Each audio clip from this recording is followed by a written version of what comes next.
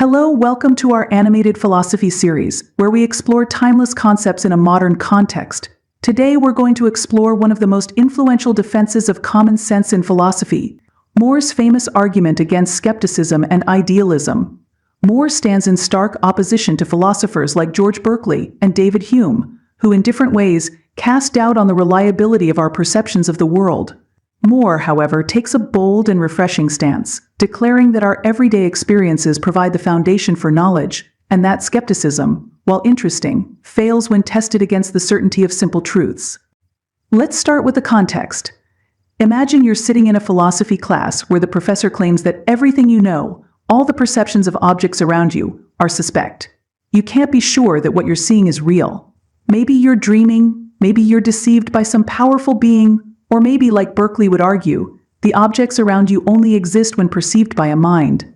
This kind of extreme skepticism has long fascinated philosophers.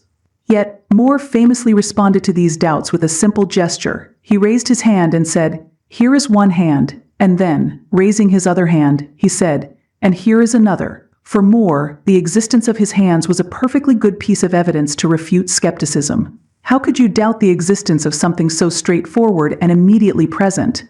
More wasn't just playing a trivial game here. What he was really arguing is that there are certain truths, certain facts that are so basic, so obvious, that any attempt to deny them becomes absurd. This is known as More's commonsense realism. It's the belief that our ordinary, everyday perceptions of the world, like seeing our hands, or recognizing a table, or hearing a bird sing, are reliable.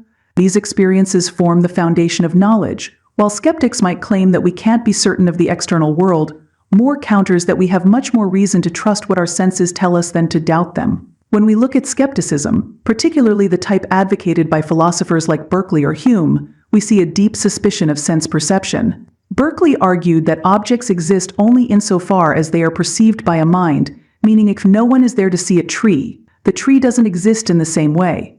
Hume, on the other hand, doubted whether we could ever really know that objects continue to exist when we're not perceiving them, or whether they even exist as we think they do. Skeptics like these invite us to distrust the very things we encounter every day. More's response to this is striking because it avoids complex metaphysical arguments. He doesn't engage with skepticism on its own abstract terms. Instead, he appeals to everyday experience, the things we know and see right in front of us. In this way, More is not simply offering a theoretical response, he's grounding philosophy in the ordinary experiences we all share. One of More's key contributions here is the distinction between what he calls proof and certainty.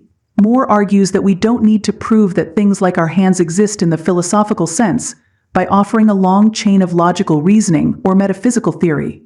Instead, he suggests that the existence of our hands is something we can be certain of because it is self-evident in our daily lives.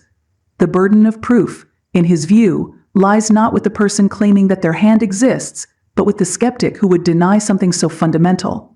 Now, let's consider his famous argument. Here is one hand, and here is another. It's so simple, yet it's disarmingly effective.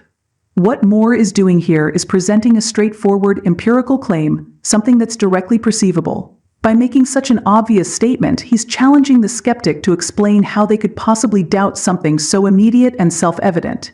It's a kind of philosophical mic drop. More is saying that if skepticism leads you to doubt the existence of your own hands, then skepticism has strayed too far from common sense. This isn't to say that More was against all philosophical reflection or skepticism. He wasn't dismissing all forms of doubt as pointless. Instead, More's position highlights the importance of starting with what we know to be true through experience. Our common sense gives us a grounding in reality that more abstract, theoretical philosophies can't easily shake. More is asking, what would philosophy look like if we took the world as we find it and built our knowledge on that, rather than letting abstract doubts unravel our confidence in the external world? More's defense of common sense is a rejection of the extreme skepticism that would have us doubt the existence of the world around us.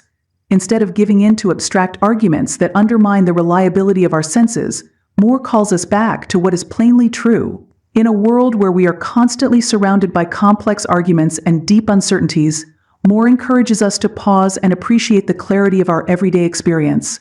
Here is one hand is more than just a statement, it's a defense of the everyday world we live in, the world that we see, touch, and move through every day.